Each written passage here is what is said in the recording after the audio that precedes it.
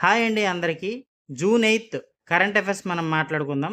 ఈ present current affairs అనేవి ప్రస్తుత కాంపిటేటివ్ ఎగ్జామ్స్‌కి చాలా ఇంపార్టెంట్ అండి.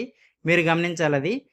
అయితే ఇందులో ఫస్ట్ పాయింట్, ఇండియా కూటమి సమావేశం జూన్ 8, 2026న ఎక్కడ జరిగింది అనేది పాయింట్ అండి. న్యూఢిల్లీలో జరిగింది. అలాగే ఎన్ఎఫ్‌హెచ్‌ఎస్ 6 ప్రకారం దేశంలో స్టంటింగ్ రేట్ ఎంతగా తగ్గింది?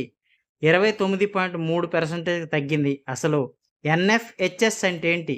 నేషనల్ ఫ్యామిలీ హెల్త్ సర్వే అని అంటారు. ఇది దేనికోసం చేస్తారంటే కుటుంబ ఆరోగ్యము మరియు పోషణ కోసం చేస్తారు.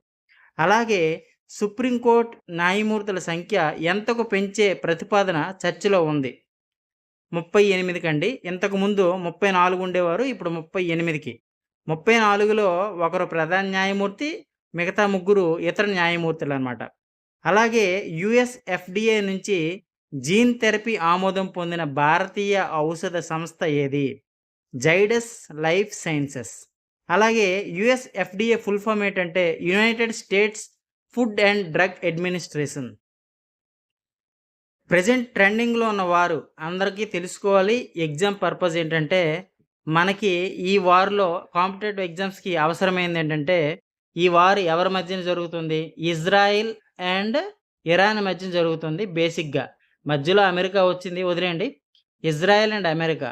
ఇజ్రాయిల్ అండ్ ఇరాన్ మధ్యన బేసిక్‌గా జరుగుతుంది. దీంట్లో మనకు కావాల్సిందేంటంటే, ఈ వార్ వల్ల ఎఫెక్ట్ అయ్యేదేంటంటే ముడి చమురు. అంటే పెట్రోలు, గ్యాస్, డీజిల్ రేట్లు పెరిగే అవకాశం ఉంది.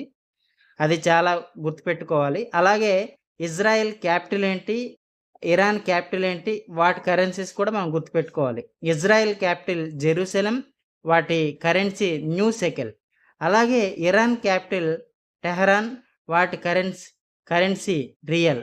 ఇలాంటి మరిన్ని కరెంట్ అఫైర్స్ మీకు డైలీ చెప్తాను.